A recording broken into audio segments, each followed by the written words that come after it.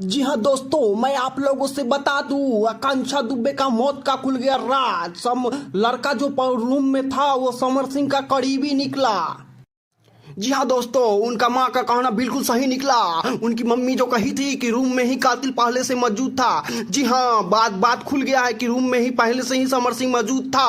आकांक्षा दुबे की हत्या हो जाने के बाद सभी लोग फरार चल रहे थे। उनकी माँ की कहना बिल्कुल सच निकला। पुलिस कस्टडी में है अभी समर सिंह। उनका 7 घंटे से पूछताछ चल रही है। पूछताछ में कई अहम राज खुले हैं जो अभी पुलिस के समक्ष रखा गया हुआ है, अभी कैमरा पे नहीं आया है। आकांक्षा दुबे का जो हत्या किया था वो समर सिंह के करीबी लड़का है, वो समर सिंह के साथ ही रहता था।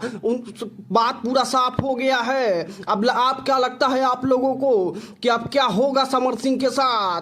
तो अब समर सिंह फरार चल रहे थे बहुत दिन से, पुलिस लगातार उनके पीछा कर रहा था। आखिरकार वो दिल्ली से गिरफ्तार हो ही गए। गिरफ्तार होने के बाद कोर्ट में पेशी हुआ है। कल कोर्ट में 7 घंटा तक पूछताछ चला था। पूछताछ में कई अहम राज खुला है। इस पे आप लोग क्या कहिएगा कि अब क्या होगा समर सिंह के साथ? समर सिंह कितने दिन तक जेल खटेंगे? बाकी आप लोगों को क्या लगता है कि कितना दिन तक जेल में रहेंगे? वकील का कहना है कि 10 साल तक समर सिंह का कम से कम जेल में तो रहना ही होगा। बाकी आप लोगों को क्या लगता है कि कितना दिन जेल में रहेंगे? पुलिस 3rd डिग्री टॉर्चर दिया है समर सिंह को। समर सिंह जेल में बैठ करके रोते हैं रात दिन। अभी 15 दिन के न्यायिक हिरासत में भेज दिया गया है।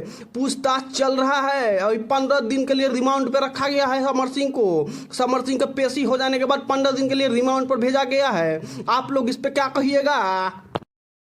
जी हाँ दोस्तों, आकांक्षा दुबे को उस दिन 3rd डिग्री टॉर्चर दिया गया था, जो अब लाइव आकर के अपना मुसीबत दिखाई थी, लेकिन अपने फैन फॉलोअर से कुछ बोलना चाहती थी बट नहीं बोल पाई। और रात में उनके साथ ऐसा हो गया, 1 बजे रात को रूम में लोग कुछ समझ ही नहीं पा रहे हैं आखिर हत्या है या मर्डर है। बाकी आप लोगों को क्या लगता है कि हत्या हुआ है या मर्डर हुआ है? आप लोग इस पे क्या कहना चाहिएगा?